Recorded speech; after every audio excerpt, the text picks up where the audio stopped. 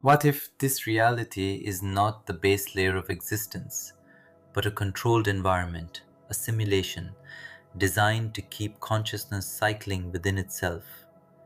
And what if death is not an exit, but a transition to another level of the same system? This simulation is not confined to the level we call the human world. There are other levels of it, what many traditions describe as the spirit world. And imagine this, when people leave the body, if they have not reached a certain level of awareness, what Eastern traditions call enlightenment, their consciousness continues vibrating at the level of their perception. To escape the frequency bubble that this simulation operates within, across all its layers, a certain state of awareness is required. But what if, instead of escaping, you simply return to the cycle, not literally onto a billionth of a pinhead, though it may appear that way, but reincarnating from other levels of the simulation back into this level, and the cycle continues over and over again. Consider this. People in this world are often confused by what this reality is and why it exists. But what if, when you leave the body without understanding what is truly happening, you enter another state of confusion? Just as here, people believe they are in this world to learn lessons, to fulfill purposes, to evolve in certain ways. Outside the body, still within the simulation, the same belief may continue that you must keep returning here to learn lessons before you can finally escape the cycle. When we examine ancient cultures and belief systems, many of them describe this cyclical movement in and out of reality. There is an old esoteric concept known as the ring pass knot. The ring pass knot is described as a boundary, symbolically the outer edge of a bubble. If your vibrational state, meaning your level of awareness, is not high enough, you cannot pass through it. This is why enlightenment is often associated with liberation from the cycle.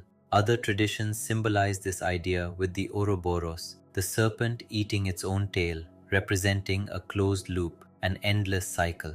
When you begin to see this pattern, it becomes possible to consider that the trap might be far larger than simply the manipulation of human society. It may extend beyond this world entirely. People often say that we come into this world to learn lessons, but what happens instead?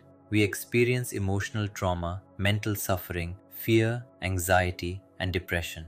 Fear, that four-letter word, becomes the force that controls not only the world, but the simulation itself. If someone leaves the body overwhelmed by fear and emotional turmoil, their vibrational state remains low, and so they remain within the cycle. Round and round it goes. Another question then arises: where did the simulation come from? If this truly is a simulated reality, as some scientists and thinkers have suggested, then who created it? Why can we not see the forces manipulating human society? One explanation is that human perception is extremely limited. We can only see a tiny band of frequency, what we call visible light. If a form of intelligence existed outside that band of frequency, we would not be able to perceive it. If we refer to this physical world as the third dimension for simplicity, then a higher frequency level beyond our perception could be called the fourth dimension. Many spiritual traditions describe this as the astral plane. When people speak about astral travel, they are often referring to the mind moving within that dimension. The fourth dimension, the astral dimension, is described as a dimension of mind. And from that level, this physical reality could theoretically be influenced or orchestrated. Many people imagine other dimensions as extremely distant from us, and in some cases they may be. But some traditions suggest that certain levels of the astral plane, especially the lower levels, actually overlap with this reality. They bleed into it.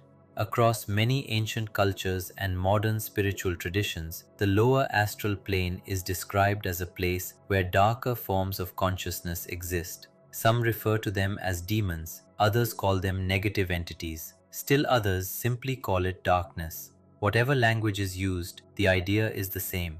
A level of consciousness that operates beyond the limits of what human perception can normally detect. And if this is true, then the question is no longer what this world is, but whether we are meant to escape it or simply remain unaware of it. If that made sense to you, write me a comment.